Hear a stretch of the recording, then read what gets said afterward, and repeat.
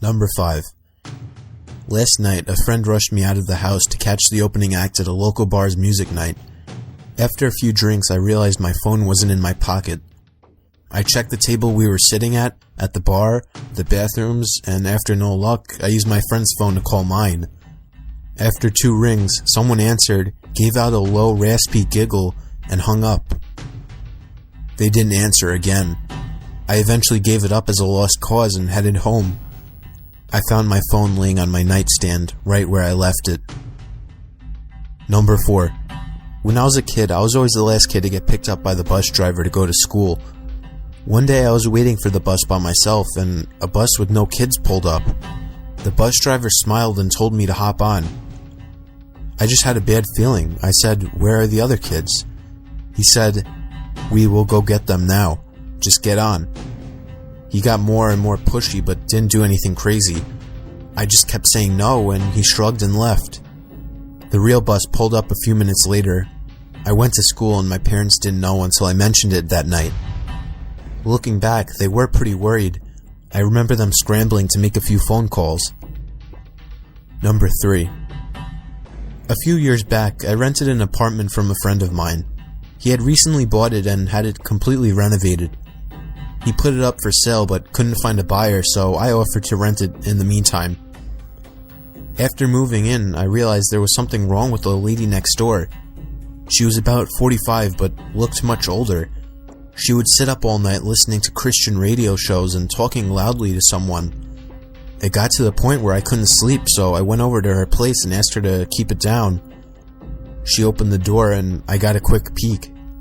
Her walls all had crosses painted on them in different colors, and words like Jesus and angels scribbled everywhere.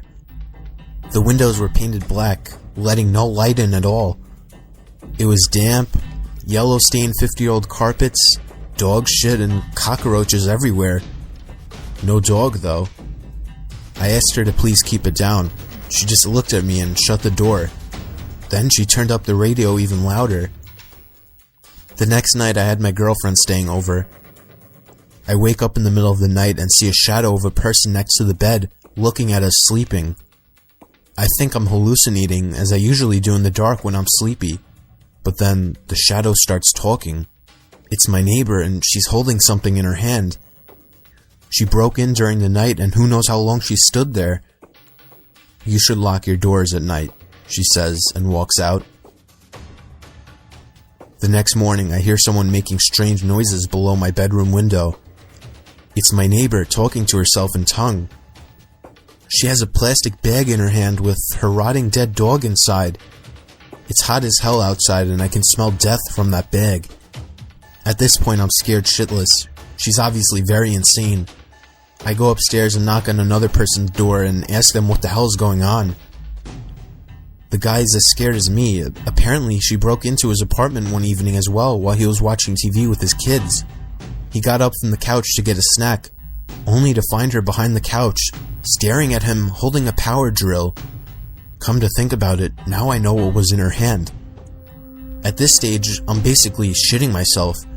I call the cops and they know all about her. Apparently she's a violent schizophrenic and she hasn't taken her meds, but they can't force her or enter her apartment without her permission because she owns it. The only thing they can do is get her when she goes outside. I sit up for the next 2 days, waiting for her to run out of cigarettes. When I hear her leave at 2 a.m. to go across the road to the 7-Eleven, I call the cops. They have 3 cars in a special van over in less than 2 minutes. They restrain her and throw her in the van and drive off to some institution, and in less than a minute, it's like she was never there. I never see her again. Still have nightmares about her looking at me in my sleep. Number 2. I was about 15 minutes from finishing the night shift at work when there was a massive crash on one of the windows in the office, so I get up and go check it out. Someone has thrown quite a sizable rock through one of the windows on the front of the building. This is made especially weird because I'm working in the industrial district at 11:30 at night with none of the other businesses open. I go back to my desk, put a quick call through to security to let them know, and decide to head home. As I'm leaving the building, I'm freaking myself out about it more and more and end up running to my car, getting in and taking off. I'm almost home and I've started to calm down a bit when I realize that I didn't unlock my car when I got in. It had been unlocked the whole time. I do a quick check with my hand in the back seat for any possible murderers that might be hanging around there, but there's nothing there. Fast forward about 30 minutes. I've called a friend of mine who says he's out drinking, so I decide I'm going to join him. I jump on my bicycle and start riding over.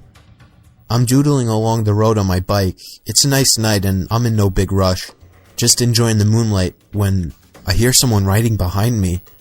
I straighten up and stick to one side of the road. He passes me really slowly, and when he's right beside me, he shoots me a smile, and I can describe it as purely insane. I kind of flinch and am taken aback as he rides on. That's when I realize he's riding my mom's bike. Needless to say, I sprint the hell home. When I get there, sure enough, her bike is missing and one of my car's doors is open. The back left one. I was driving and had no need to open that door. Number 1. I worked at a campground on night shift, 12 a.m. to 8 a.m. every night. It wasn't bad. I would bring in my PS2 and game a good portion of the night, only having to deal with 1 or 2 people on busy nights. It was just me in this little 8-foot by 8-foot shack, with nothing around but dark all night. My first week there, the other third shift guy who was quitting told me about this payphone a few feet from the shack where I worked. He said it rang every night at 4:17 a.m., just once. It was probably just an automated test call, he guessed. He's never answered it himself. I go for a few months with the job. It was the middle of the summer, so most nights I had the windows closed, so I couldn't hear the payphone go off. Mid-August, I started leaving the windows open during the night. Sure enough, at 4:17 a.m. every morning, the phone would ring once. The ring even sounded creepy, like the payphone was submerged in water and then put where it sat. One night I got up the nerve to answer it. I set an alarm at 4:15 and would go wait at the phone until it rang. When it did, I answered it, but there was no sound, just dead air like someone was on the other line but wasn't answering. I said hello a few times and hung up. I did this every night for a week with the same results. I didn't think anything of it and left it alone after that for about a month.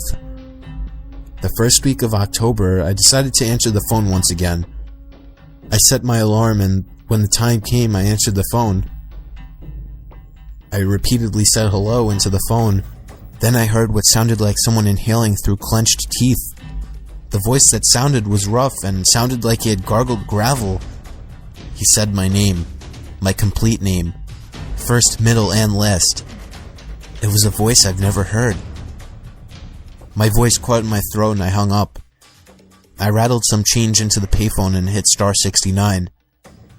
The number had come from California. I lived in Indiana,